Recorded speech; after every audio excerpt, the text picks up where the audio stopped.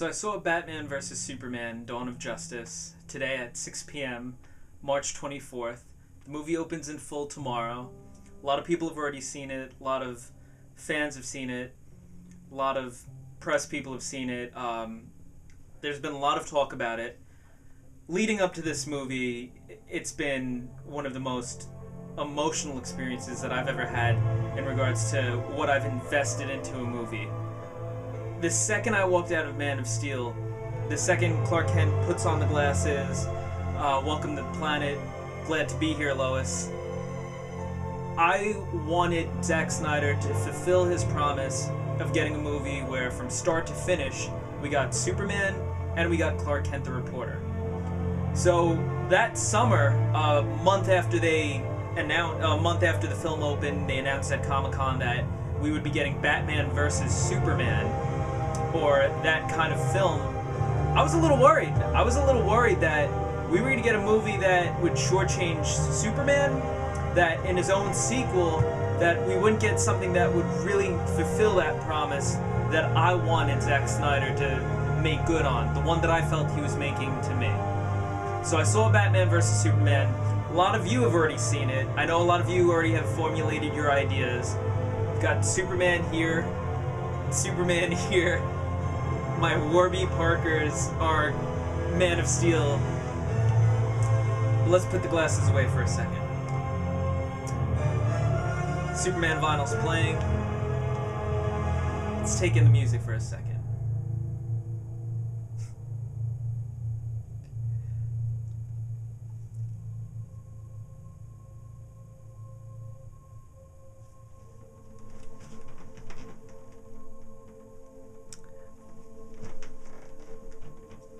Batman vs. Superman was everything and more for a DC fan. Regardless of what critics say, regardless of what friends say. For me, as a Superman fan, for me as somebody that's invested so much time and money into the DC universe, it was exactly the kind of movie that I wanted to see, and more. Zack Snyder took the film to another place that, again, if you invest yourself into that universe and into those characters, you're going to love it. Just as much as if you've invested your time, your life into something like Star Wars, Force Awakens probably would not disappoint. And when you get to that pivotal moment within Force Awakens, it'll probably garner as emotional reaction as so many people had felt they had when they watched the first teaser trailer, the first trailer. But maybe a combination of the Hans Zimmer Junkie XL score, the track This Is My World, when that played in the movie, and based on everything that was going on, I was taken to another place, emotionally, mentally, physically.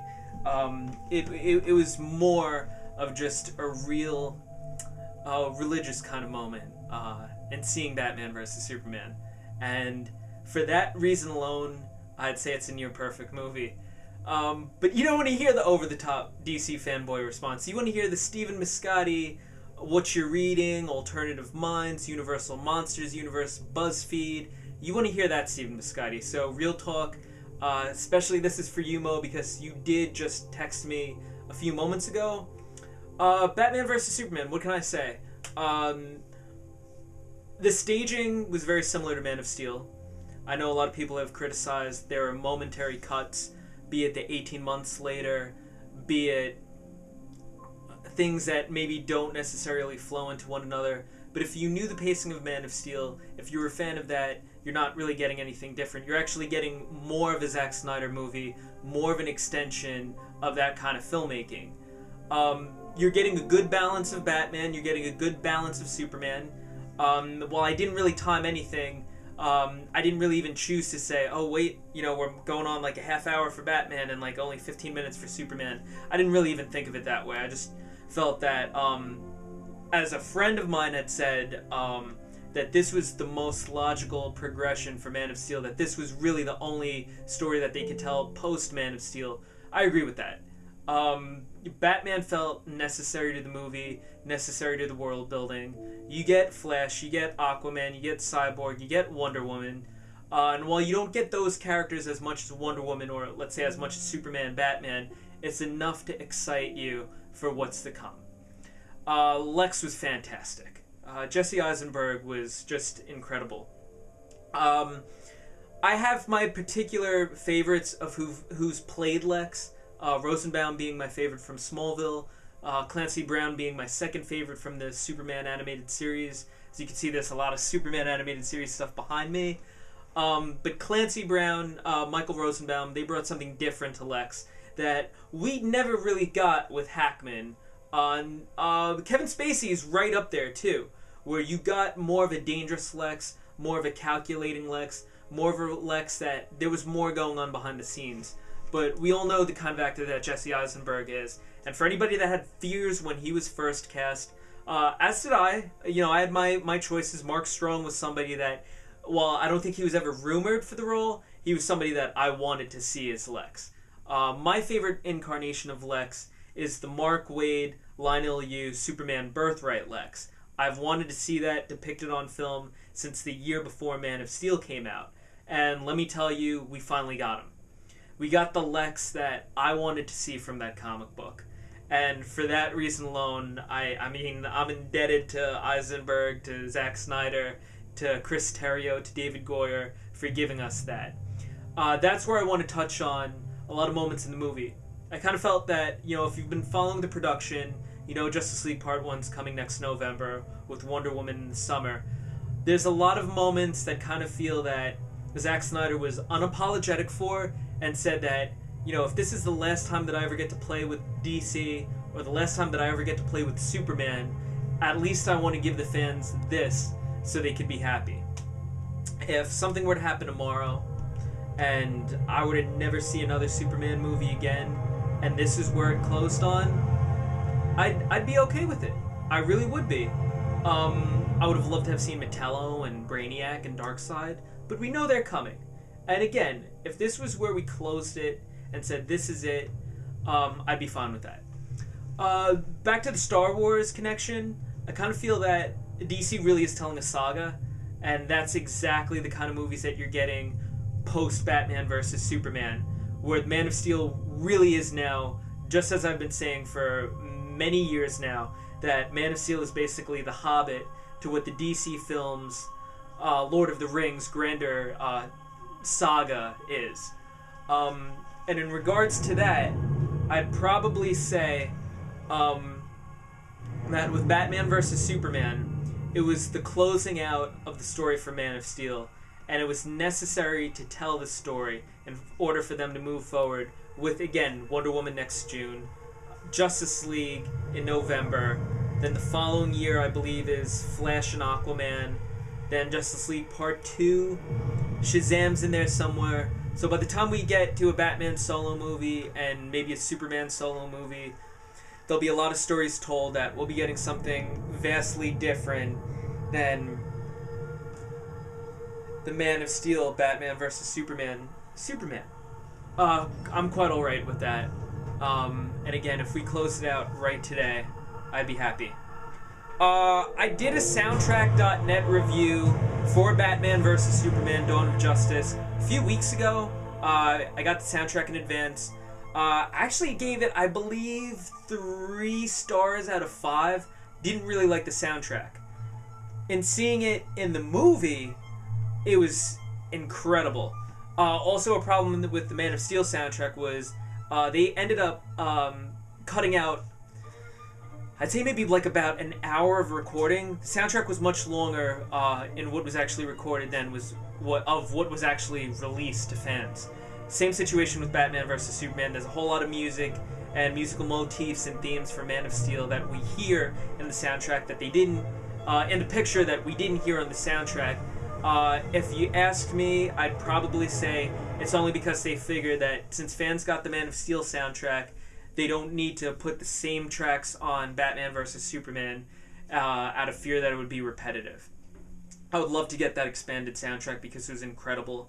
But yeah, to wrap up everything, nice and tight. Batman vs. Superman was everything that I wanted to be and more.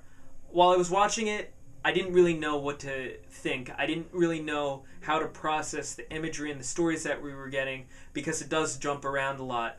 And just coming off of 3 years of wanting to see Zack Snyder fulfill that promise of getting a Superman movie from start to finish, of Superman in the costume and of Clark Kent the reporter, there was so much going on with Jimmy Olsen and with Lex Luthor and with Martha Kent and with General Zod and with the Fortress of Solitude, that it was just so much for me to take in, that by the 20-minute mark, maybe 15-minute mark, until the closing 30-minute mark, I was completely in tears, completely crying.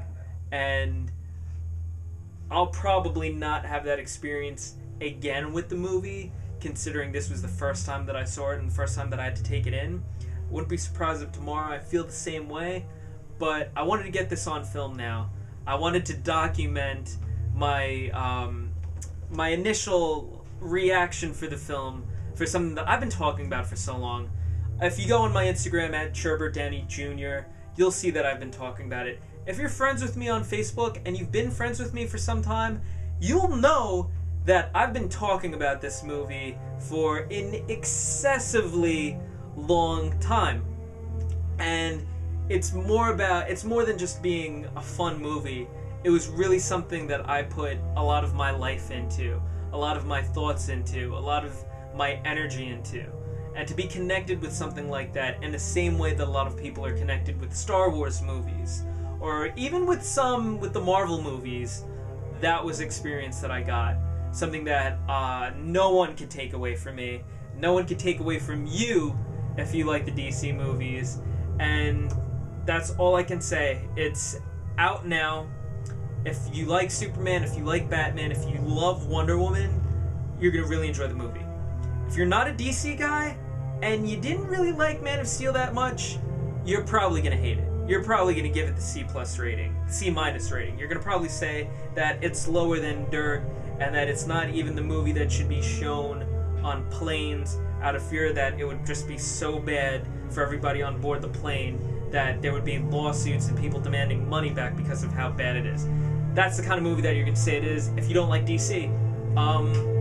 But I'm not friends with any of those people. I know you're a bunch of smart, good-looking, savvy, intelligent people out there that are going to go want to experience a film. That's what you're going to get. Regardless of the dollar amounts, regardless of your inclinations, you get a lot of cool things with Batman vs. Superman: Dawn of Justice, and it did not disappoint. That's pretty much a wrap for my day one chronicles of Batman vs. Superman. I'll probably be putting something together that encompasses the whole thing, probably in a couple of months, but for now I just wanted you to know exactly what I felt.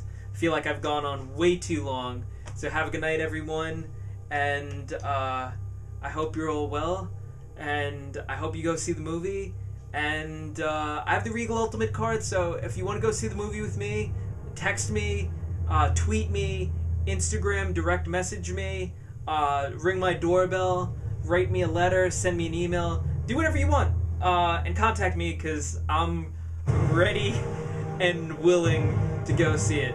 Have a good night. I love you all. God bless. Bye.